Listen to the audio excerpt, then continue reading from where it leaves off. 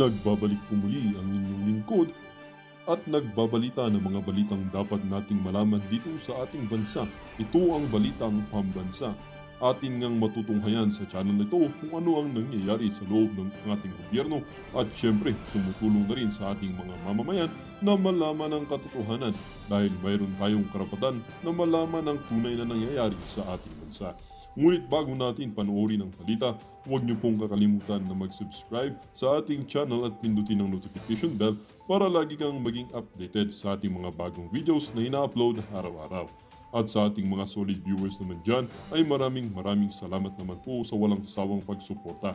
At syempre, huwag din pong kakalimutan mag-iwan ng like at i-share ang ating mga videos. At kung mayroon ka naman pang opinion, ang ating comment section ay bukas para sa inyong mga hinaing.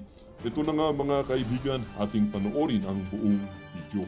Salamat po muli and God bless!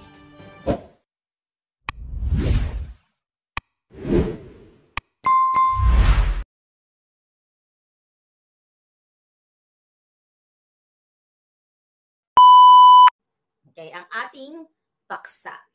So ngayon ay meron naman akong bagong panaginip. Kayo na bahala mag-interpret. Pero napakagandang balita dahil ang pamunuan ang ating mga palangga sa INC or Iglesia ni Cristo ay nagkaroon po ng pronouncement or pagpapakita ng suporta kay Bangag Jr. Nung una, akala mo talagang sumusuporta ang INC sa kunwaring panawagan ni Bangag Jr. na wag na natin, huy, mga putang ina kayo sa WAD committee, wag yun nang i-push yung impeachment kay Sara Duterte, di ba? Yun ang panawagan ni Bangag na nag-spread siya ng text messages, di ba? Na kunwari, kumalat na, nag-leak na. Pakinggan muna natin bago magtuloy-tuloy ang Nganga Bells natin today. Ito na po. Kami po ni Nelson tumanggap po ng bilin bilang mga kaanig po sa Iglesia ni Cristo at sa atin hong mga kababayan. Dahil po dyan, mga kababayan at mga kapatid sa Iglesia, ang mga kapatid po sa Iglesia ay naghahanda, Nelson. Ulitin ko po ang mga kapatid po sa Iglesia ay naghahanda na magsagawa po ng rally. Magsagawa po ng rally upang ipahayag sa lahat ng mga kinauukulan na ang Iglesia ni Cristo ay pabor.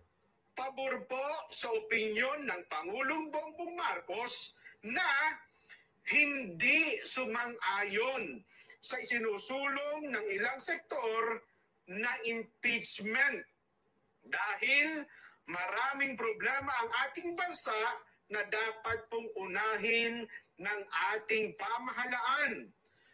Ang Iglesia ni Cristo po ay para sa kapayapaan. Ayaw namin, ayaw po natin sa anumang uri ng kaguluhan na manggagaling sa kanino mang panig. Ngayon pa lamang po, mga kababayan, ay nag-uorganisa na po ang mga lokal sa buong iglesia para magkaroon ng mga malalaking pagtitipon. Nason, para ipakita po at ipahayag, ito pong binabanggit namin, na pabor kami sa opinyon ng Pangulong Bongbong Marcos na no to impeachment. Dahil ang dami ng problema ng bansa, hindi ba? Ang dapat po nating unahin, ang problema ng bansa na mas malaki. Yes. Correct. Hindi po ang impeachment. At dapat maintindihan nyo rin na ito ay para sa kapayapaan. At hindi para sa anumang kaguluhan na posibleng manggaling kahit sa anumang panig. Tama. Dapat maintindihan natin. Wala tayong pinapanigan, kundi yung pagkakaisa at kapayapaan ng bansa. Okay. Hanggang doon na lang yon mga kababayan. So nakita ninyo na salamat sa ating mga INC, yung lahat, pamunuan ng INC, na nakita nila kung ano ang dapat, kung ano yung nangyayari sa ating bayan. Lahat, nabanggit na natin yung mga corruption, baha, mga pangawat, matataas na presyo ng bilihin. Mga kababayan, ang tawag dito ay natrap si Bangag. Kaya nga ang title natin ay political entrapment. Nang ibig sabihin, mga kababayan, akala ni Kuting ay ito ay makakaganda. Nagpapanggap siya ng, wag nating i-impeach. Congress, wag yung impeach yan si Sara. Kasi hindi maganda yan. Dapat unahin natin kunwari itong mga problema sa bayan. So, ang nakikita natin dyan ay pagtuslok sa kanyang sarili. Or yung self-inflicted political trap na tinatawag na sa pagpapanggap niya na ganito, na kunyari, mabuti siyang leader, ngayon, nalugmok siya sa sarili niyang patibong kasi nga, meron na ngayong pag-aaksyon o pag-aaklas, okay? Pag-aaklas para sa Pilipino dahil yung ginawa ni Bangag Jr. na hindi niya naubos maisip ito na ito yung mangyayari, sasagot sa panawagan katulad nitong INC, and I hope mga kababayan, hindi lang INC ang sasagot, pati mga Katoliko na katulad ko, pati iba pang mga religious group, dahil imbis na unahin nga ng Bangag na presidente ninyo at si Lisa Tanas at si Tambaluslos ang mga problema, which is sila ang gumawa ng problema sa pangangawat, mga kababayan, pag nanakaw ay nagkaroon ng backfire sa kanila, di ba? So bumalik sa kanila yung kanilang, sabi nga nila, ang basurang itinapon, babalik at babalik din sa'yo, di ba? Parang may ganong, what do you call it? Public announcement.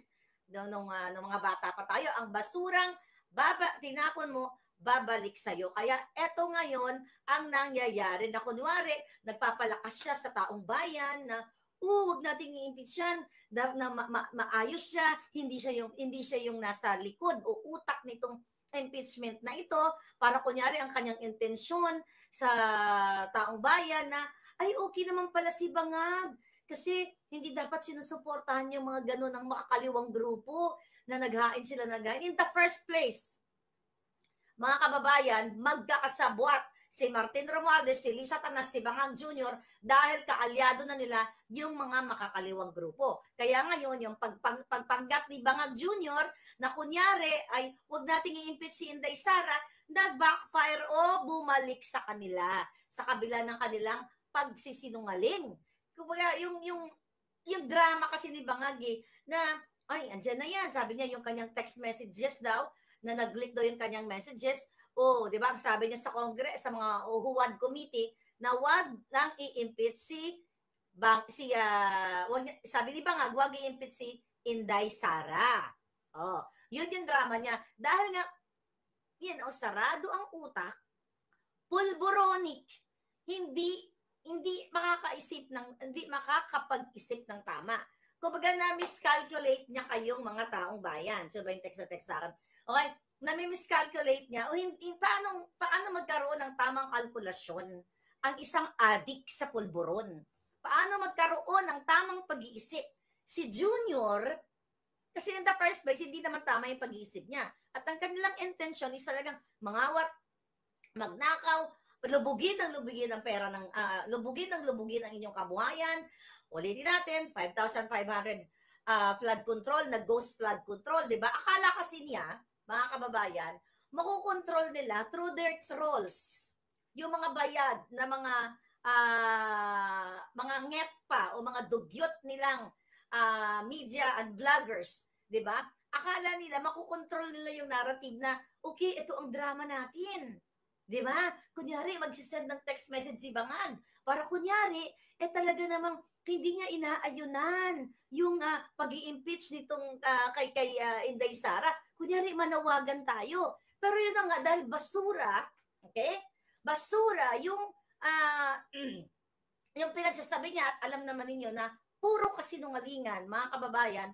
So na-trap ngayon. Kumbaga nahulog si Bangag Jr. sa sarili niyang katangahan, sa sarili niyang kabangagan. Kumbaga nalaglag siya sa kumunoy. Kaya eto na ngayon ang napakagandang pangyayari dahil I hope sunod-sunod na ang mga religious institution or groups na manindigan at magsabi ng katotohanan at kasama na yung pinakamamahal kong religious group, which is yung kinagisnan ko, ang Katoliko. At sana itong putang inang pare dyan sa EDSA na si Siciliano, yung Jerome Siciliano na yan, ay wag nang hindi siya wag na magpabayad wag na magpasindak. Alam ko may pressure, pero kitang-kita yung hayop na pare na yan, okay, ay mukhang umikot ng kanyang tumbong at takot na takot kay Lisa Tanas o maaring nabigyan ng sobre, kaya naman ay pinalayas niya doon yung mga nasa EDSA. And I'm looking forward, mga kababayan, ay tuloy-tuloy na dahil nga na malulunok talaga ni Bangag Jr. ang kanyang laway dahil sa kabangagan niya. Imagine, ang galing ng pagka-deliver ng dalawang news anchor na sinusuportahan po namin ang panawagan ng presidente, di ba? Marcos Jr. aka Bangag na Bangag. Di ba? Ang kanya hindi dapat isulong ang impeachment kay Desara at unahin dapat ang mga suliranin ng ating bayan. So yun yung nakikita natin mga kababayan na talagang napakagandang pangyayari kahapon dyan sa Pilipinas or ngayong araw dahil na bumagsak si Bangag sa kanyang sariling patibong. Diba? Patibong niya yun na kunwari, nagme-message sa Huwad Committee o sa Congress na huwag na isulong yan. Huwag na isulong yung na yan. Impeachment na yan kay Vice President Sara. Pero sa totoo lang, yun ay kadyutahan. At dahil hindi gumagana, okay, ang utak, mga palangga, alright, hindi nagana yung utak ni Bangag, ni Lisa Tanas, ni Tambaluslos, na hindi sila makapag-isip ng tama, di ba? So ngayon, ang tawag doon, mga palangga, na what? Na hijack. Na hijack ngayon ng mga like ng INC yung kanyang parang yung kanyang panawagan na hijack yung kanyang narrative na parang okay yan pala panawagan mo di sige sakyan natin, okay, hijackin natin at sasabihin natin sa ating mga group, sa ating mga religious group members na oo nga naman, tama nga naman ang sinabi ng ating presidenteng Bangag.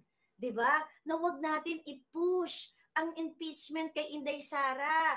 Kasi ang intensyon kasi talaga ni Bangag para magmukha siyang mabuting presidente na hindi niya pinaatasan o hindi niya hinahayaan itong mga kongres o itong mga makakaliwang grupo. Ito sila Tambaloslos, diba? Ang galing-galing ng INC at they're very, very brilliant nung sinabi ito ng dalawang broadcaster. And of course, meron po yang basbas. Meron yan, bago nagsalita yung dalawang newscaster na yan, ay meron yang pagpupulong dyan sa INC na pinag-uusapan nila. O sige, total, yung sinasabi ni Bangaga na wag palang dapat talagang hindi i-impeach si Inday Sara dahil dapat, yung unahin ay mga problema ng bayan. Sige, kunin natin yung limelight na yan, parang gano'n. Hijackin natin yung mga eksena.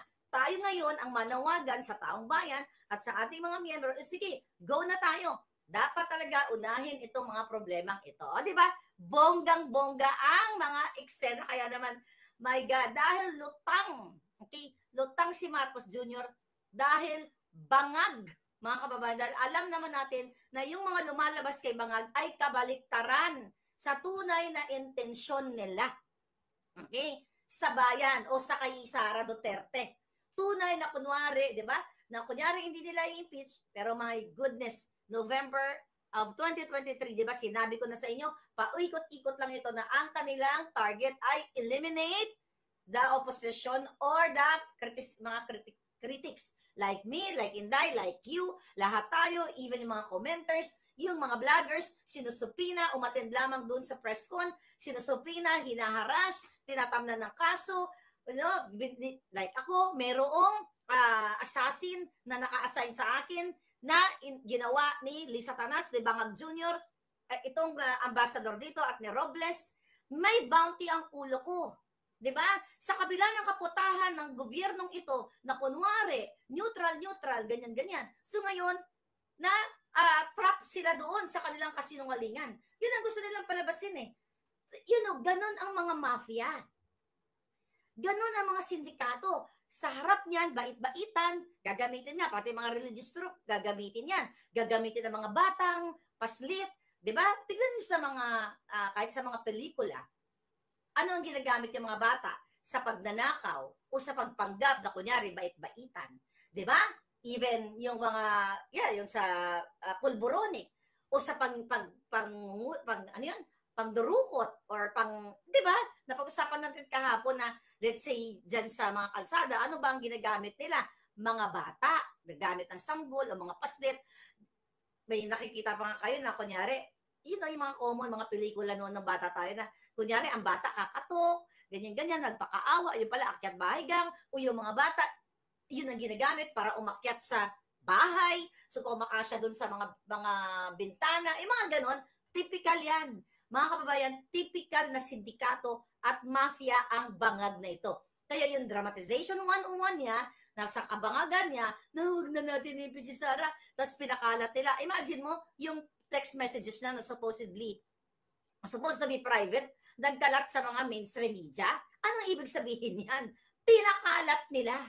Pinakalat nila, sinend nila itong bangag na gobyerno na to para magpanggap na kunwari ayaw nila ng idea na i-impeach si Inday Sara. Pero again, dahil nga mga bangag, mga kababayan, hindi nila naiisip yung magiging yung kalabasan. 'Di ba? At ito na nga yung ginagawa ngayon ng INC na nagsabi sila na susuportahan nila ang panawagan ni Presidenteng Bangag, di ba? Ang ganda ng delivery. Sinusuportahan po namin ang panawagan ni Presidente Marcos na wag nga i-impeach si Sara. O, di ba ngayon? For sure, nagwawala na ngayon mga yan, ang mga bangag at naghahanda na sila. At natatakot na yan sila sa pwedeng maging epekto ng mga ginagawa nila at maging epekto nitong panawagan ng INC. Nauna na ang EDSA Friday Group at ibang mga group na since June pa lang sila Maui, sila JM, sila Nico, sila kung sino pa, sila Channel 167 at yung mga umattend doon, sila MJ, sila Joey, lahat ng mga pumunta sa EDSA. 'Di ba? Nag-alsa na, nagsalita na. Peaceful movement ang panawagan natin. At now, ang tagal po natin na nanawagan sa mga religious group, and thank you, my brothers and sister INC. Madam Elena, this is it. Diba? Ayan ang aking Madam Iglesia yan, no? Lagi sumusuporta sa tama at sa likod ko. Thank you. I know you're watching and I can't wait to see you. So, eto na. Nanawagan na ang inyong pamunuan at talaga namang napakaganda ng pangyayari ngayon, mga kababayan. Now, anong gusto ko sabihin sa inyo? Gusto nyo ba marinig ang aking panaginip? Gusto nyo ba marinig ang aking panaginip bago ang ating iba pang mga usapin? Okay, pero bago ang lahat, batiin muna natin. Magbati muna tayo sa ating mga palangga. Ayan, sila Jacob, sila Fidel, okay? Ayan, at marami pang iba. So ngayon, mga kababayan, eto ang eksena, gama. Hindi ako nananaginip ng everyday, every other day, every week. Minsan lang talaga ako managinip. Maaring, kung marunong kayo magbasa o mag-interpret. Di ba kagabi, sinare ko sa inyo yung panaginip ko na ginorgor ko si Satanas, na binali ko yung liog nilang dalawa, di ba? Kahapon, nanaginip na naman ako. Okay? Ito na kaya. Alright, ito, kailangan ninyong pakinggan ng panaginip. Sa bahay, dito sa bahay, lumabas ako sa backyard. Okay? Doon sa backyard, dito sa may puno, nakita ko parang may butas na parang kasya yung tao, okay? Butas sa lupa. May butas sa lupa. Tapos, tinignan ko yung butas. Naglalakad ako dahan-dahan doon para i-approach yung butas sa lupa. Parang yung lupa galing sa ulan, basa. Nag-slide ako na gano'n. So pag-slide ko, napausgang ba ako, napaupo akong ganyan, tapos nakikita ko, may naririnig akong tao. Okay, naririnig akong tao. Maraming tao. Parang nagpo-protesta or kung ano ba sa maingay. Tapos biglang pumasok ko sa bahay, nakikita ko parang isang parang commotion or something. Nakita ko mga middle, yung parang mga batang kalalakihan na nasa mid-25s or mid-30s, mid-20s yung kanilang edad. Ngayon, meron silang dalang para silang demolition team. Mga palangga, gigibain yung bahay ko ng bonggang-bongga. Gigibain. Sabi ko, teka muna. Sabi ko, ano gagawin niyo? Utos daw ni Lisa Tanas. Utos ni Lisa Tanas, gibain ng bahay ni Maharlika. Sabi ko, ganon. Sabi ko, ikaw. Sabi ko, palangga, susunod ka ba sa demonyo? Susunod ka ba sa mga bang na to? Tinry ko daw na i-convince itong mga to kasi sisirain nila yung aking bahay. Ngayon, sabi ko, hold muna. May tatawagan lang ako. So, nagtawag ako ng police. Walang sumasagot hanggang sa pumasok ako. Sabi ko kay Palangga, sabi ko ito mga putang inang to, padala ni Lisa Tanas. Pero pagpasok ko, dito sa sala namin, nakita ko bonggang-bongga, para siyang, yung sala namin sa panaginip, parang isa siyang mansyon, yung sala. Tapos may grand piano, tapos merong, parang alam mo yung mga high ceiling na bahay. Tapos nakita ako dun sa isang long table, parang may 8 tao dun, may isang pare, pero hindi naman Siciliano. Hindi sila nagsasalta, parang may hawak na baraha. Tapos kinakausap ko sila. Sabi ko, Father ka ba talaga? O alagad ka ni Satanas? Nakikita mo yung ginagawa, sisirain yung bahay namin. Sabi ko, sisirain yung bahay namin, wala kayong gagawin. Tapos si Palangga ako, dito alam mo, para makatotohanan yung panaginip ko. Ngayon, ito si Palangga, may kinakausap, parang isang negosyante, parang oligarch, na inaawat niya na, kausapin mo si Lisa Tanas. Bakit nagigibayan yung bahay namin? Parang gano'n, no? Pero hindi nagsasalita yung mga tao. Ako lang yung nagbibida-bidaan sa panaginip ko. Tapos nakita ko talaga, dun sa long table, may grand piano kami. Wala naman kami grand piano. Tapos high ceiling na bonggang-bongga. Parang malamansyon. Walang gulo, walang pangusyon, pero merong presensya ng 8 tao. Tapos yung parang susugal sila. Ako lang yung pare, alagad ka ba ni Satanas o alagad ka ni ganon? Ito panaginip na to, bago ito nag-release ng statement ang INC, ha? Kasi ako naging busy ako kahapon. But anyway, hindi ako nakapag-vlog. Busy-busy yan. So anyway, sabi ko kay Palangga, ito ang senaryo, ha? Nasa backyard, nandoon na yung mga demolition team. Pero hindi ko sila nakikita na binabangga pa nila, na binubuksan nila yung binawasak nila yung bahay.